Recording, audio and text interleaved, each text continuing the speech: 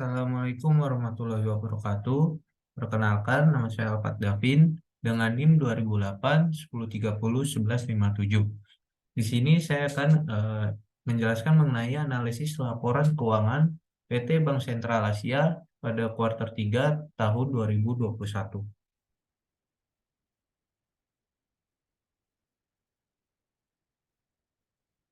PT Bank Sentral Asia atau PT Bank BCA ini mulai beroperasi sejak tahun 1957. PT Bank BCA ini memiliki 1.237 kantor cabang, 17.913 mesin ATM, dan melayani lebih dari 26 juta nasabah. Dari segi permodalan, Bank BCA masuk ke dalam KBMI 4, yaitu kelompok bank dengan modal inti lebih dari 70 triliun rupiah. Sebagai informasi, kelompok bank berdasarkan modal inti atau KBMI adalah klasifikasi penggolongan bank oleh OJK berdasarkan modal inti bank dengan KBMI 4 sebagai level tertingginya. Yang turut masuk ke dalam KBMI 4 adalah PT Bank Rakyat Indonesia, PT Bank Mandiri, dan PT Bank Negara Indonesia. Selanjutnya, kita masuk ke dalam kinerja kuartal 3 tahun 2021 Bank BCA. Bank BCA menunjukkan kinerja yang solid dengan mencatat laba bersih sebesar 23.212 miliar rupiah, naik 15,8% jika dibandingkan dengan kinerjanya pada kuartal 3 tahun 2020. Serupa dengan kinerja pada 2020, perlambatan ekonomi yang disebabkan oleh pembatasan aktivitas akibat pandemi masih menghambat pertumbuhan kredit. Pasalnya, sepanjang tahun 2021, masyarakat dan korporasi masih menahan pembelanjaan, pengambilan kredit, dan memilih mengendapkan lebih banyak dana pada perbankan. Hal ini dapat dilihat pada tingkat pertumbuhan dana pihak ketiga yang jauh melampaui pertumbuhan kredit. Lalu selanjutnya yaitu pertumbuhan dana pihak ketiga pada kuartal 3 2021 tercatat sebesar 917 triliun rupiah, naik 10% jika dibandingkan total dana pihak ketiga pada Desember 2020 yang berada di level 834 triliun rupiah. Capaian tersebut melampaui target manajemen untuk tahun 2021 yang menargetkan pertumbuhan dana pihak ketiga dan kredit di kisaran 4-6%. Sementara pertumbuhan penyaluran kredit bertumbuh 2% sejak akhir 2020 menjadi sebesar 559 triliun rupiah.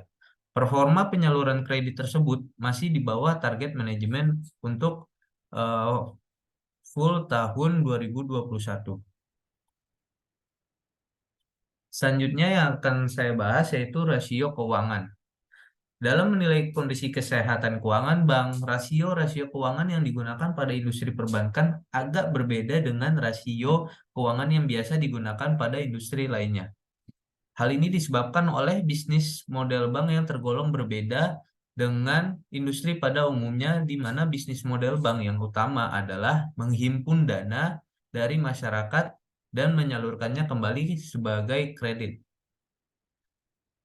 Yang termasuk ke dalam rasio keuangan yang pertama yaitu ada rasio likuiditas, rasio permodalan dan kualitas aset, dan rasio rentabilitas. Yang pertama yang akan saya bahas yaitu rasio likuiditas. Rasio likuiditas ini umumnya digunakan pada industri perbankan adalah rasio kredit terhadap dana pihak ketiga atau yang bisa disebut LDR. Rasio casa terhadap dana pihak ketiga, rasio pendanaan stabil bersih atau NSFR, dan rasio kecukupan likuiditas atau LCR. Di sini sudah saya tampilkan ringkasan kinerja Bank BCA di 9 bulan pertama di tahun 2021. Dari keempat rasio di atas, Otoritas Jasa Keuangan atau OJK menetapkan kewajiban pemenuhan batas minimum untuk NSFR dan LCR paling rendah sebesar 100% untuk keduanya. Sementara untuk LDR dan jasa terhadap pihak ketiga tidak diatur pemenuhan batas minimumnya. Rasio pendanaan stabil bersih atau NSFR adalah rasio yang membandingkan pendanaan stabil yang tersedia dengan pendanaan stabil yang diperlukan. Semakin tinggi nilai NSFR, maka tingkat ketahanan suatu bank terhadap risiko likuiditas dinilai lebih baik. Sementara rasio kecukupan likuiditas atau LCR adalah rasio membandingkan high quality liquid asset dengan total arus kas keluar bersih. Jika NSFR mengukur kesiapan pendanaan dalam setahun, LCR mengukur ketahanan likuiditas bank dalam jangka waktu yang lebih pendek. Senada dengan NSFR, umumnya nilai LCR yang tinggi dianggap lebih aman. Pada 9 bulan pertama di tahun 2021, Bank BCA mencatat peningkatan rasio NSFR sebesar 15% menjadi 182% dan 36,1% untuk KCR menjadi 396%. Kinerja kedua rasio tersebut jauh melampaui batas minimum yang ditetapkan oleh regulator pada level 100%. Selanjutnya itu rasio CASA terhadap dana pihak ketiga pun mengalami tren peningkatan sebesar 2,05%, berkat peningkatan CASA yang cukup signifikan pada level 21%. Dari ketiga rasio di atas, dapat kita simpulkan bahwa Bank BCA ini memiliki likuiditas yang cukup baik, bahkan lebih dari cukup. Sementara yang terakhir itu rasio kredit terhadap dana pihak ketiga mengalami penurunan sebesar 7,5% akibat pertumbuhan kredit yang tidak sebesar peningkatan dana pihak ketiga. Selanjutnya yang akan saya bahas yaitu rasio permodalan dan kualitas aset. Dalam rangka menjaga stabilitas dan ketahanan industri perbankan, OJK juga mengatur pelaporan rasio kecukupan modal dan rasio kredit bermasalah. Dari segi CAR atau rasio kecukupan modal, Bank BCA mencatat peningkatan sebesar 1,5% menjadi 26,2%, melebihi kategori sehat dan aman menurut OJK yaitu lebih dari 14%. Dari segi rasio kredit bermasalah atau NPL, Bank BCA mencatat kenaikan tipis pada NPL bruto sebesar 0,43% menjadi 2,36% atau setara dengan 14,3 triliun rupiah. Meskipun masih jauh dari batas maksimal yang ditetapkan OJK pada level 5%, namun peningkatan NPL bruto bukanlah hal yang disukai oleh kreditur. Pasalnya, kenaikan NPL menandakan peningkatan porsi outstanding loan yang terancam gagal bayar.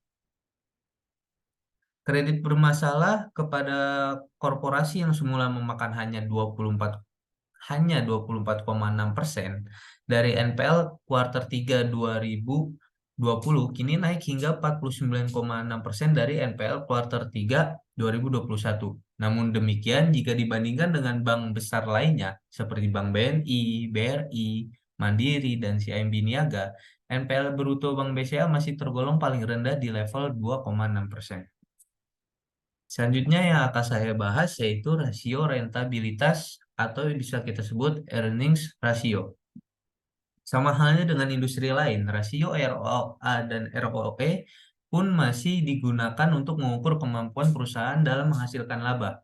Namun sebagai tambahan, industri perbankan juga menggunakan rasio margin bunga bersih yang dapat dihitung dengan membandingkan pendapatan bunga bersih dengan aset produktif.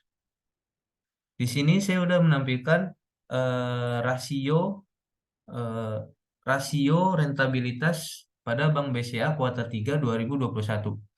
Pada kuartal 3 2021 ini, Bank BCA sukses mencetak laba sebesar 23 triliun rupiah yang berimbas pada peningkatan return on asset dan return on equity, masing-masing sebesar 3,5% dan 18,7%. Meskipun secara bottom line Bank BCA mencatat laba, namun margin bunga bersih atau net interest margin sebenarnya mengalami penurunan sebesar 0,6% ke level 5,2%. Hal ini merupakan imbas dari stimulus penurunan suku bunga serta restrukturisasi kredit. Adapun tren penurunan NIM ini diperkirakan masih berlanjut seiring dengan keputusan pemerintah memperpanjang masa relaksasi restrukturisasi hingga kredit hingga Maret 2023.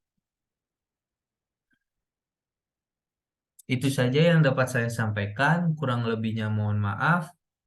Wassalamualaikum warahmatullahi wabarakatuh.